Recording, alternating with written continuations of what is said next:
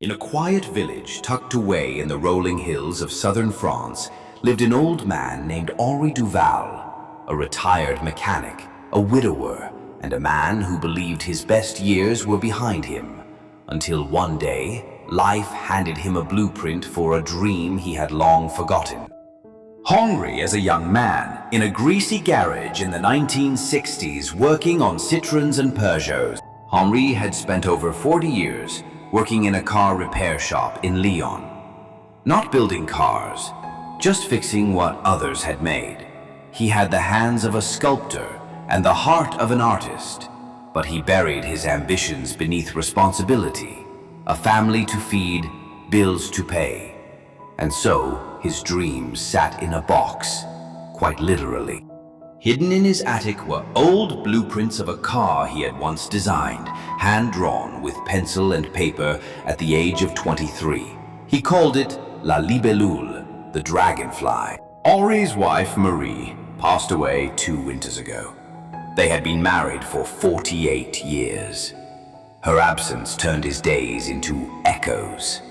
The home, once full of laughter and jazz records, grew painfully quiet. His grown children had long moved to the cities, living their fast-paced lives. Then, one stormy evening, while searching for an old umbrella, Henri stumbled upon the box in the attic. Dusty, fragile, but intact. His designs for La Libellule. Seeing them again, it sparked something, a spark he hadn't felt in decades. The next morning, Henri brewed a strong cup of black coffee and entered his old garage. Cobwebs hung from the rafters. Mice had made homes in the corners, but this was once his sanctuary. He began restoring the space, slowly, one day at a time. The villagers watched curiously. An old man spending hours hammering, welding, drawing. He was working on something, but no one knew what. Henri began building the prototype of La Libellule. He used salvaged parts from old cars, repurposed materials from the local scrapyard. His hands, though slower, still remembered the rhythm.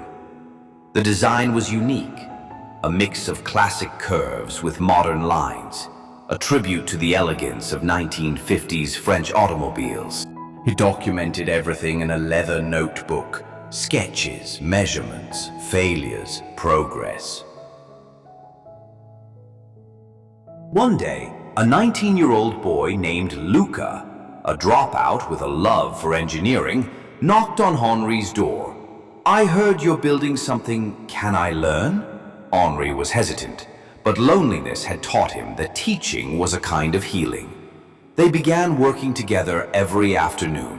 Henri the mentor, Luca the apprentice. In teaching, Henri rediscovered joy. They laughed, argued, shared stories over ham sandwiches and old music. After 14 months, La Libellule was complete.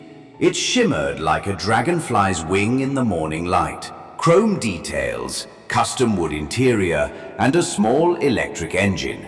Henri's nod to the future. At the local town fair, they showcased it. People were stunned. Local media covered the story. Retired mechanic builds dream car. A video of the car went viral across Europe. Henri became an unexpected internet sensation. Within weeks, orders and offers came flooding in. Enthusiasts, collectors, even a Swedish investor who wanted to fund a small production run of La Libellule. Henri, once just that old man, became the founder of Duval Automobiles. He hired local artisans, trained youth like Luca, and began building limited edition cars, each handmade, each with a story. 3 years later, Duval Automobiles had a waiting list of over 18 months. But Henri refused to scale up.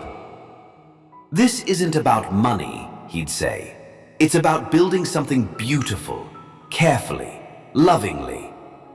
He launched a foundation in Marie's name, offering scholarships to underprivileged youth who wanted to study automotive design. In an interview with a local journalist, Henri said, people think retirement is the end, but sometimes it's just intermission. If you're lucky, Act 2 is where the real story begins. Now, in his 70s, Henri spends mornings walking by the lake, afternoons in his workshop, and evenings mentoring dreamers like he once was. Henri Duval didn't set out to become a legend. He just listened to the quiet voice inside him that said, "It's not too late." From the rust of forgotten tools rose a legacy, a car and a dream that carried the soul of a man who dared to begin again.